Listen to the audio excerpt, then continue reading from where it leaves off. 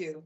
Thank you, Madam Justice Rochester. Caribbean Court of Justice Appellate Jurisdiction on appeal from the Court of Appeal of Belize, delivery of reserved judgment in CCJ Appeal BZCV number 1 of 2025 between Beth Clifford, Beltway Investment Corp. Inc. and LCW Investments LLC. The members of the delivery panel are Madam Justice Rochester, presiding judge. Good afternoon to all. Mr. Justice Barrow. Greetings to all. Madam Justice Ononewu. Good afternoon, everyone. And Mr. Justice Ebo Suji. Good afternoon, all. May we have the appearances, please? Thank you. Good afternoon, everybody. I appear together with Mr. Gerard Isigiri for the respondents, and given Mr. Courtney's technical difficulties, I have agreed to hold brief as well for the appellants. Thank you so much, Mr. Marshall-Eck, and we note that Mr. Courtney has been unable to come into the meeting room, and for this we sincerely apologize, and for all other technical difficulties.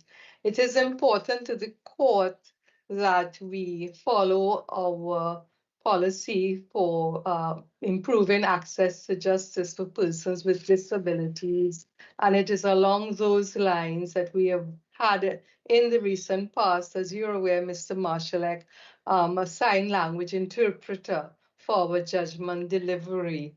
Unfortunately, we are without that person today, and again, we apologize for those who may be looking at this and streaming it after and not seeing the sign language interpreter. And again, we apologize for the delay. Just a couple of brief matters before we deliver the summary of the judgment of the court. Justice Jamada has joined in the court, in the decision of the court, that this appeal should be allowed, but Justice Jamada is unfortunately unavoidably absent this afternoon. Justice Ononewu has delivered the lead judgment, the lead opinion of the court, and I will therefore call upon my sister to read the summary of the court's judgment. Thank you. Thank you, Chair. The summary of the judgment of the Caribbean Court of Justice in this appeal is not intended to be a substitute for the court's reasons or to be used in any later consideration of the court's reasons. The appellants in this appeal, Beth Clifford and Beltway Investment Group Inc., Beltway, challenged an order of the Court of Appeal of Belize holding them jointly liable to pay damages to the respondent LCW Investments LLC, LCW, for the breach of contract by another entity, Green Development Partners Limited, GDP. In 2017, LCW entered into a contract with GDP for the purchase of land in Belize and for the construction of a house on that land. The contract provided that within 10 days of execution, the buyer shall enter into a land purchase agreement with a third party. The contract also stipulated that LCW should wire to Beltway all payments to GDP under the contract. While neither Beth Clifford nor Beltway was a party to the contract, Beth Clifford is the sole shareholder and director of both GDP and Beltway. After LCW had paid the contract sum and experienced excessive delay in receiving title for the land and in construction of the house, it rescinded the contract and commenced proceedings in the High Court against GDP, Beth Clifford, and Beltway. The High Court awarded damages to LCW against GDP only for breach of an implied contractual obligation for GDP to present LCW with the land purchase agreement within 10 days.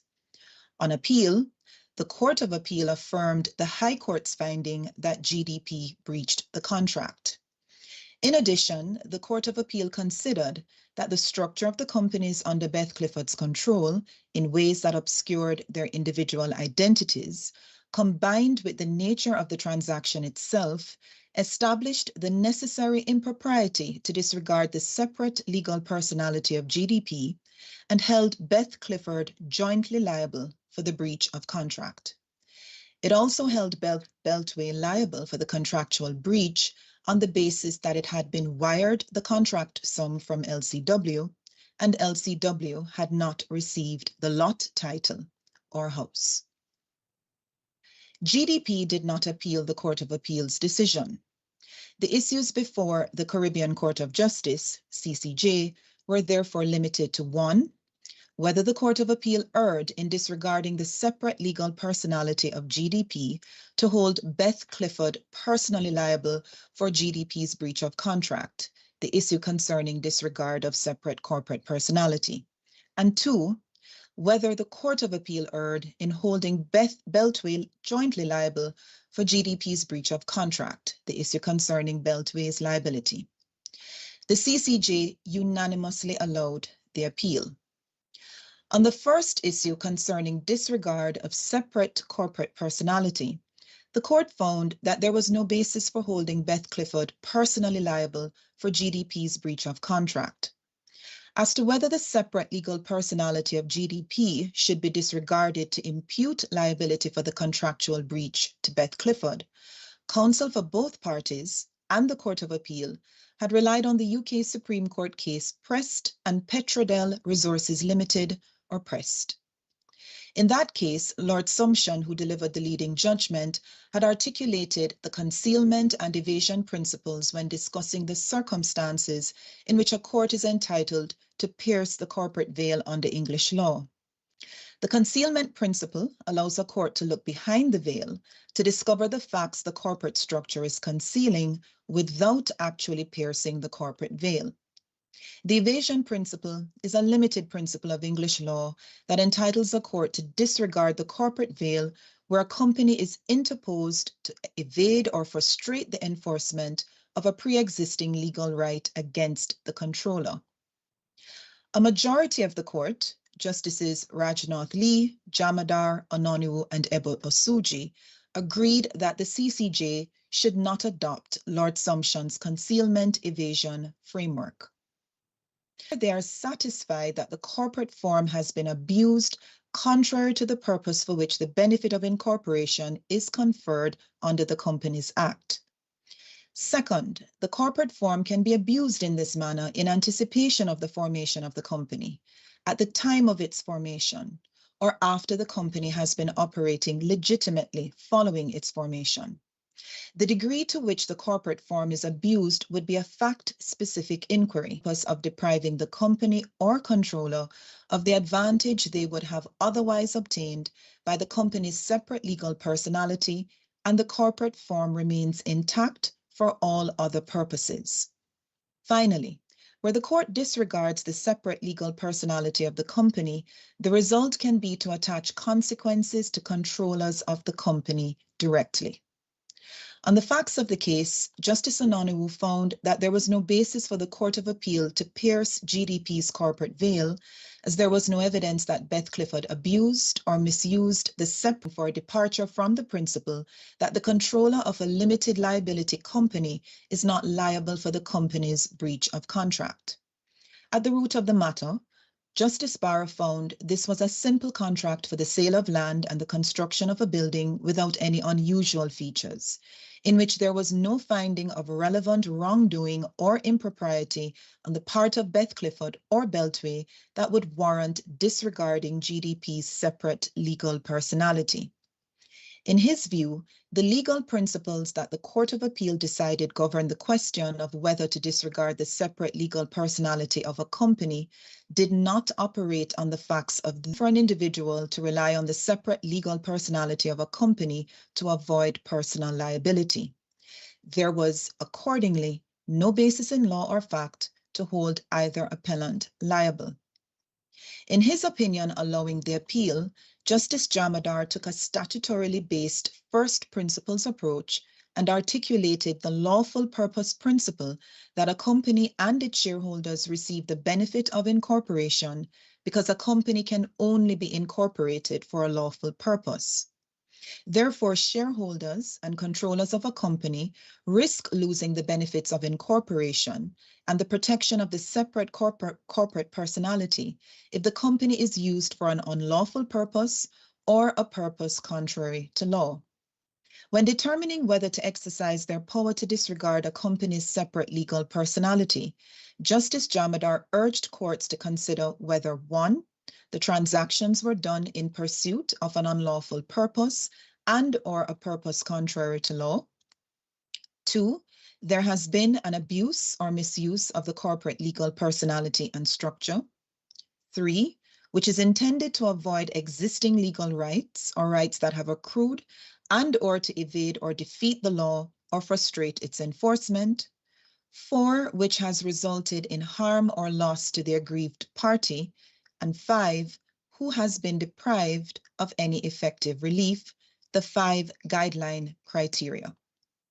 He pointed out that these guideline criteria are neither fixed, rigid, nor prescriptive in an absolute sense, but rather are intended to function as pointers that help evaluate whether to disregard the corporate veil.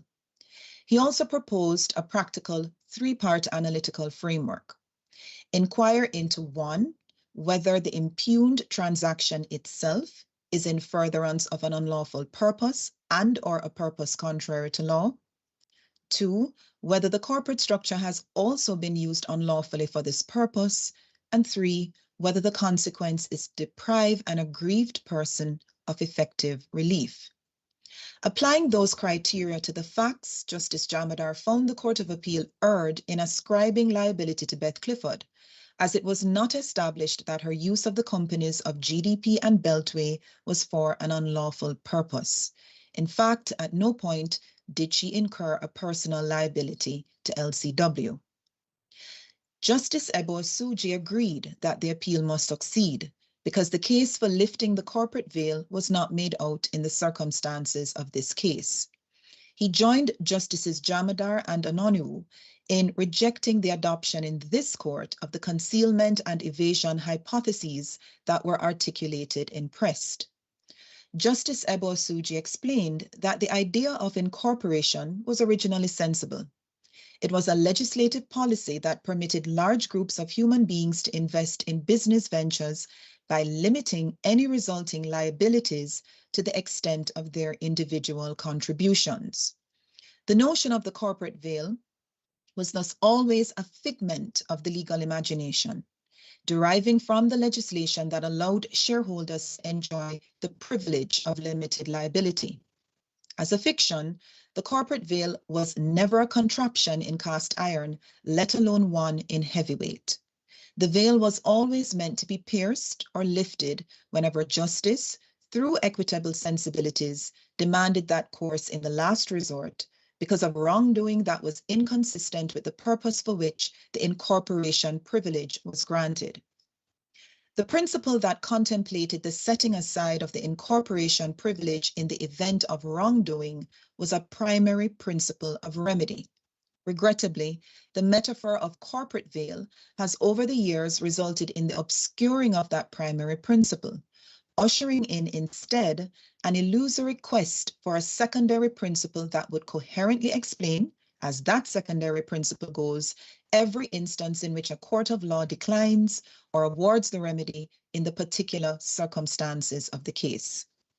What is needed in this area of company law are not new secondary principles and metaphors, such as the concealment and evasion principles espoused in Prest, or reverse piercing favored by some legal scholars to explain the primary principle of remedy.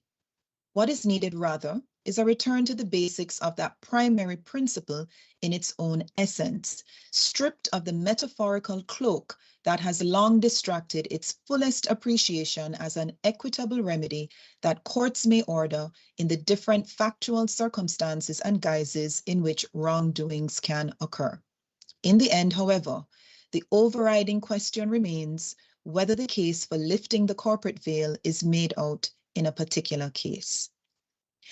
On the second issue of Beltway's liability, the court also found that there was no basis in law or fact to hold Beltway liable for the breach of contract. Justice Anonu, with whom Justices Rajnath Lee and Ebo Osuji agreed, found that Beltway did not contribute to GDP's breach of contract, and there was no finding in either of the courts below that Beltway was a constructive trustee for the funds or that the funds had been misused or misapplied. Justice Barrow, with whom Justice Ebo Osuji agreed, found that the contract between LCW and GDP contemplated that Beltway would receive the money and pay it over to GDP, which it did.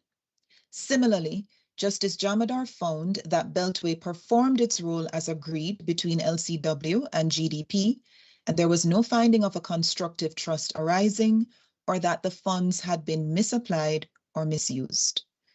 For the foregoing reasons, the court ordered that 1, the decision of the Court of Appeal be set aside and the order of the High Court be restored, and 2, Beth Clifford and Beltway be paid their costs before this court as agreed by the parties and in the courts below. This concludes the summary of the CCJ's judgment in this appeal. Thank you very much, Justice Anonu. Mr. Marshallek, I guess you have to speak for 2 people, but do you have anything further that you wish to say? No, Your Honors, much obliged. Okay, thank you so much, and our apologies again. And as we close at this very special time of the year, Council and all on the call, my colleagues, the staff of the CCJ and the litigants who are probably on the call as well, I just wish to take the opportunity to wish you all happy holidays, all the very best of the season. Do not eat too much. Leave something for the new year, and may the new year bring all that is good and healthy and wise to you. Thank you so much. Thank you. Same to you. Yes. Madam Deputy Registrar? Yes, thank you so much, Madam Yes. Justice Marshall-Lee. Thank you, Mr. Justice Barrow. Thank you, Madam Justice Anonu. Thank you, Mr. Justice Ebo Osuji. Thank you, Council, and thank you to the staff of the Caribbean Court of Justice. Thank everyone for their patience with us today. This court now stands adjourned. Good day to all. Thank you. Thank you, ma'am.